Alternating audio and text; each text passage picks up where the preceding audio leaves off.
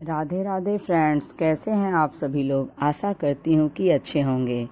आज मैं आपको बताऊंगी कि शारदीय जो नवरात्रि में कलश विसर्जन हम कैसे करें, कलश में रखी हुई जो चीज़ें हैं उनका क्या करें और जो ज्वारे हम उगाए हैं उनका क्या करें।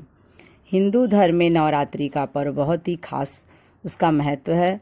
9 दिनों तक चलने वाले इस पावन पर्व की शुरुआत चैत्र और शारदीय माह के शुक्ल पक्ष की प्रतिपदा तिथि से होती है, जिसका समापन नौमी तिथि पर कन्या पूजन के साथ होता है। इस पवित्र दिनों की शुरुआत कलश स्थापना से की जाती है। ऐसे में हर किसी के मन में होता है कि नवरात्रि के समापन के बाद कलश और इसके ऊपर रखे जाने वाले जो नारियल है उसका क्या करें। चैत्र हो या फिर शारदीय, दोनों ही नवरात्रि में कलश स्थापना की जाती है। साथ ही अखंड ज्योत भी जलाई जाती है, जिसके बाद पूरे 9 दिनों तक माँ भगवती के अलग अलग स्वरूपों की विधिवत पूजा की जाती है। फिर 9वीं तिथि पर नवरात्रि का समापन होता है।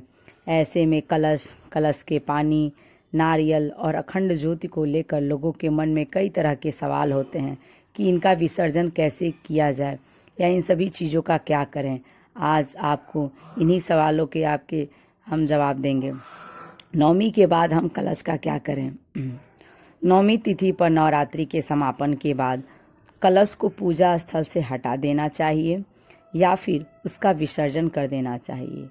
इसके लिए कन्या पूजन के बाद कलश के ऊपर रखे नारियल को उठाकर अलग रख लें और फिर 10वीं तिथि में कलश का विसर्जन कर दें।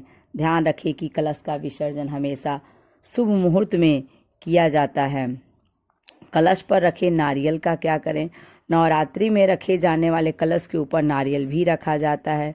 पूरे 9 दिनों तक माता रानी की पूजा के साथ ही इसकी भी पूजा की जाती है, जिसकी वजह से यह बहुत ही पवित्र हो जाता है। ऐसे में या तो आप इसे फोड़कर प्रसाद के तौर पर खा लें या फिर नारियल को एक लाल कपड़े में बांधकर घर के मंदिर या तिजोरी में रख सकते हैं। इसके अलावा आप इसे जल में भी प्रवाहित कर सकते हैं। ऐसा करना भी शुभ होता है। कलश के जल का क्या करना चाहिए। किसी भी कलश को खाली नहीं रखा जाता है। इसमें कई सारी चीज़ों के साथ पानी भी भरकर रखा जाता है, जो 9 दिनों की पूजा में बहुत ही शक्तिशाली हो जाता है। ऐसे में इस जल को पूरे घर में छिड़कें और बचे हुए जल को बचा हुआ जो जल है उसको नाली में या गंदी जगहों पर ना फेंकें। इसे आप नीम, पीपल, बरगद के पेड़ में डाल दें या घर के किसी गमलों में भी डाल सकते हैं। अखंड जो ज्योति है उसका हम क्या करें। कई लोग 9 दिनों का उपवास रखने के साथ ही अखंड ज्योति भी जलाते हैं। ऐसे में नवरात्रि के समापन के बाद इसे बुझाने की कोशिश ना करें। शास्त्रों के मुताबिक अखंड ज्योत को जबरदस्ती या फूंक कर नहीं बुझाना चाहिए, यह शुभ नहीं माना जाता है। अखंड ज्योति के समापन के बाद इसकी बत्ती को निकाल कर अलग कर लें और यदि इसमें तेल बचा हुआ है तो उस तेल का आप दोबारा पूजा में इस्तेमाल कर सकते हैं। अखंड ज्योति के दीपक का तेल भी बहुत पवित्र माना जाता है। अब हम आपको बताएंगे कि जो उगाए गए ज्वारे हैं उनका क्या करें। तो उन ज्वारों को आप अपने पूजा के ही स्थान पे थोड़े से उसमें ज्वारों को रख दें और कुछ ज्वारों को घर के लोगों में बांट दें।